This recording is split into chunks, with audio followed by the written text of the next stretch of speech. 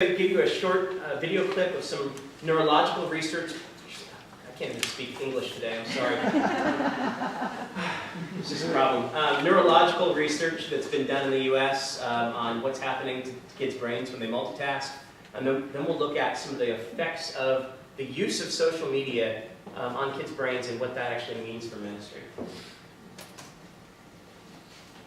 A respected research lab is studying their counterparts on the Stanford campus in Palo Alto. You know, they understand the research, they're smart kids, but they seem utterly convinced that that's a private thing. We love to study what's really going on in the brain. Study what can be seen. When it comes to what parts of the brain are doing, we know nothing. These are really the first studies of brain imaging of multitaskers versus non-multitaskers. So anything we discover here is new, because we know it's zero. Now, in this lab here, we're researching speaking on the cell phone while driving. Tell me about a time when you had to deal with a difficult person. You walk around the world and you see people multitasking. They're playing games and they're reading email and they're on Facebook, etc. Yet classic psychology says that's impossible. No one can do that. In general, our brains can't do two things at once. And we want to ask the question, how do they do it? Do they have some secret ingredient, some special ability that psychologists had no idea about? Or what's going on? You guys were chosen because you're very high chronic multitaskers. And that NAS allowed us to film one of his studies, conducted on a group of carefully chosen students. On a college campus, most kids are doing 2 things at once, maybe 3 things at once. These are kids who are doing 5, 6, or more things at once, all the time. The experiment looks simple. Identify numbers as odd or even, letters as vowels or consonants. But it's rife with traps in the form of distractions. NAS is testing how quickly these kids can switch between tasks without losing their focus.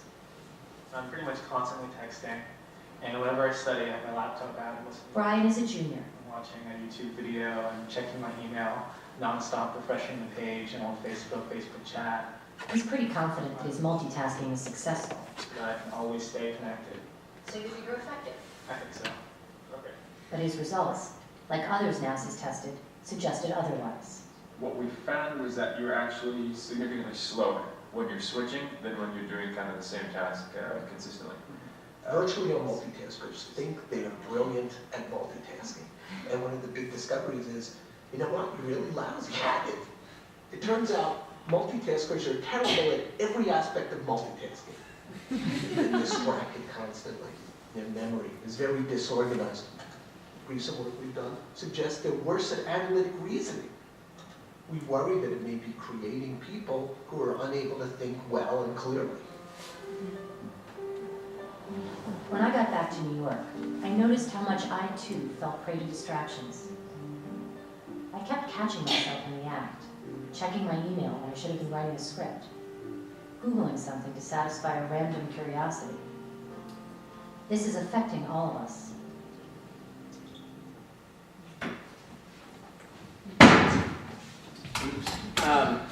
So here's the issue. What's going on in kids' use of these technologies is a matter of partial attention.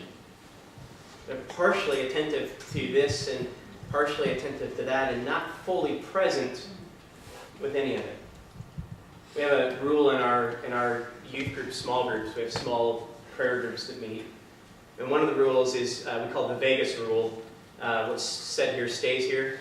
And the other rule that we have that's important is one that we have to explain to kids at first because it doesn't make sense. And the rule is, be here or be somewhere else. Well, duh. How do you do anything else, right? Be here or be somewhere else.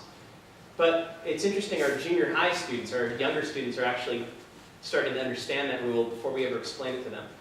Because they live in a world where they're constantly with people who are physically present but aren't really there. They're partially attentive to where they are physically, but they're in a variety of different worlds all at the same time. On their cell phone, on the phone. And kids experience this from parents, from teachers, from peers especially. And so we say to our kids, look, you're going to be here with us in this room, or you're going to be somewhere else. You're not going to be here and be somewhere else. We want you to be fully attentive. In the Christian tradition, part of the way that spiritual development has always happened, faith development has always been a matter of contemplation to some degree. Taking time to be silent, as was said this morning in the plenary session this morning, the seminar. Kids don't know how to be alone. They don't know how to be silent. And they don't even know how to be with a community when they are with a community. And that's very true. And all three of those things are very important for the development of faith. Contemplation of Scripture, contemplation of deep theological thoughts, contemplation in the midst of prayer, and being still and silent are all part of what for 2,000 years has constituted spiritual development. And what we have going on right now are definitely situations in which kids are losing some of those skills. And our response, to a great degree, there's a gentleman in the earlier session who said, hey, our response at our church has been to try to shake up our methods of education. And we're doing that globally. We're changing the way that we interact. We try to find new creative ways. But the problem is that sends these kids out of our confirmation classrooms and out of our Bible studies without the ability to continue that on their own. We may have been really creative for them and kept them stimulated and engaged. But it actually prevents them from going forth in their own life and leading a rhythm of life that allows them to continue to develop in faith on their own. So one of the things that we need to do is figure out a way to continue to bring kids into contemplation in the midst of a society that is making it very hard for them to do that. And it becomes even harder when we start looking at some of the brain stuff. Because what we start realizing in terms of brain studies is that neuroplasticity, and I'll explain that in a second, neuroplasticity has a lot to do with what we're capable of. Neuroplasticity is basically the plastic nature of the brain. Do you have silly putty here? You ever seen silly putty? Or Play-Doh? Yeah, Play-Doh. You can roll Play-Doh out, you can mold it, it's plastic in the sense that you can stretch it. Our brains are the same way. And if you start doing something, your brain will respond and actually continue to develop so that you can do those things better. If I take up juggling and I have 2 or 3 balls in the air juggling, it's not that my motor skills merely get better, but those areas of my brain that control that actually become enhanced, and I will become more capable of handling more juggling balls. But a similar thing happens when I stop doing that. Instead of growing those areas, I actually atrophy. Those areas actually shrink. And this happens in very short-term situations. We found that in as little as 2 weeks, you can see brain changes, growth in a brain area or decrease in a brain area, based on whether people are engaging in an activity or not, which says a whole lot about what happens in our religious education classrooms when you have a kid that shows up once a month or so to be indoctrinated with the Christian faith and then kind of goes out and comes back a few weeks later. We've given them information, but we have in no way actually formed them spiritually or even cognitively. Their brains have not been formed, and neither has their spirit, because formation is a habitual kind of process. We've known this for thousands of years. The Greeks talked about habitual formulation, forming people through habits. But we know that now, through brain science, this is actually changing people's brains. And so one of the implications for youth ministry, at least in the U.S., has been is that part of what we need to do is not just simply give kids information and make sure that they know things, but if we want them to actually be formed in habits of faith, we need to get them to youth group not once a week, but to be engaged in prayer practices and scripture reading and a variety of spiritual practices on their own on a daily basis, so they get actually into the habit of pushing against the multitasking kind of parts of their brain that are being enhanced. Kids are better multitaskers than adults, although as the video showed, they're still not very good. And there are limits to how far you can stretch the brain. But what is happening is those areas of concentration, contemplation, sitting still are shrinking because there's nowhere in society that those skills really are practiced anymore. And so one of the things I think is important is that we become a place where we help kids to practice those skills. Because without them, spiritual growth becomes very difficult, at least in a traditional Christian context. And it does make a lot of sense to continue to try new educational methods.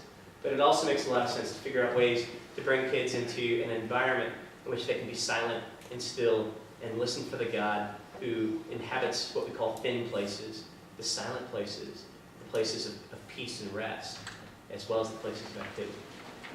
The second thing that is important in terms of social media in the brain is the release of dopamine through the use of internet and especially gaming. Dopamine is the hormonal chemical that is released in any kind of reward type situation. So you get home from a long day of work, and you're tired, and you see the chocolate cake on the counter. And you're like, oh yeah, I'm gonna have the chocolate cake. And you get the chocolate cake and you're relaxing, and dopamine is being released. It's the reward center of the brain.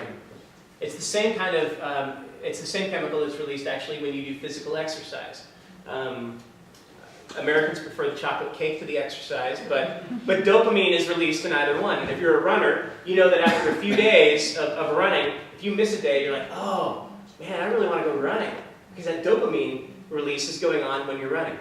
And what they found in studies of how kids use the internet, they're so stimulated by what's going on that dopamine is actually released. It becomes a reward for them in a lot of ways. And so there's almost a chemical dependency in some cases. And we also know that it's the same chemical that's used in ecstasy, the drug. I mean, it's not used in it, but ecstasy releases dopamine in the brain in huge quantities. And so kids are drawn to this partially because adolescence is a period of high dopamine release.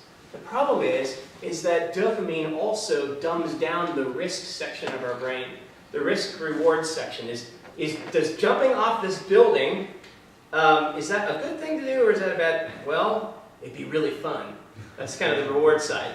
But normal operations would also be say, you know, I could break both of my legs or I could die.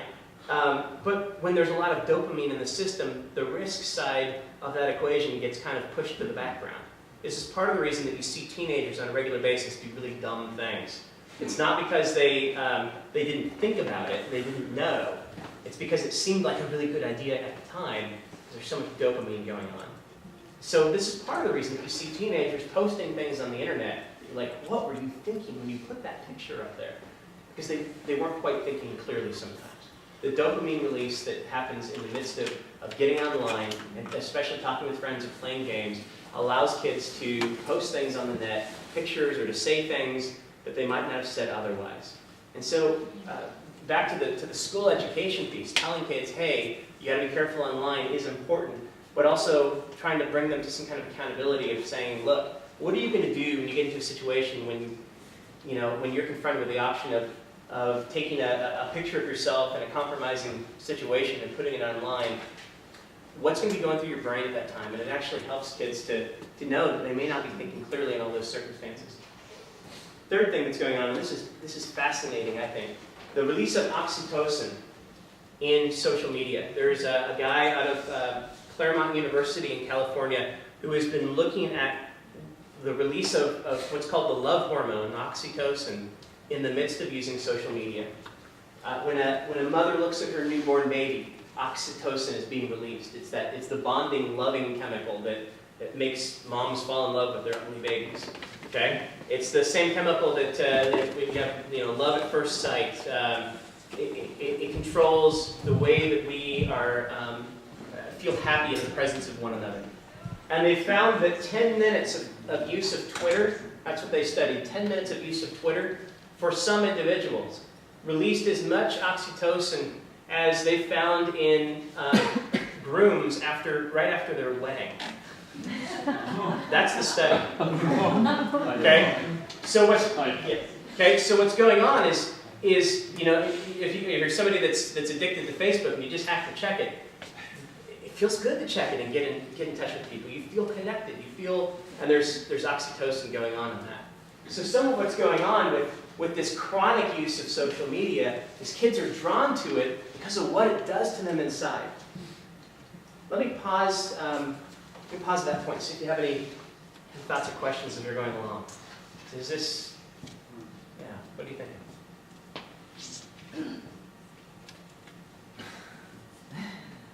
Thinking I want to check my Facebook, that's what you're thinking.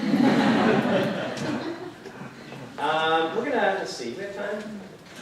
Yep, we will come back to this piece if we've got time. I want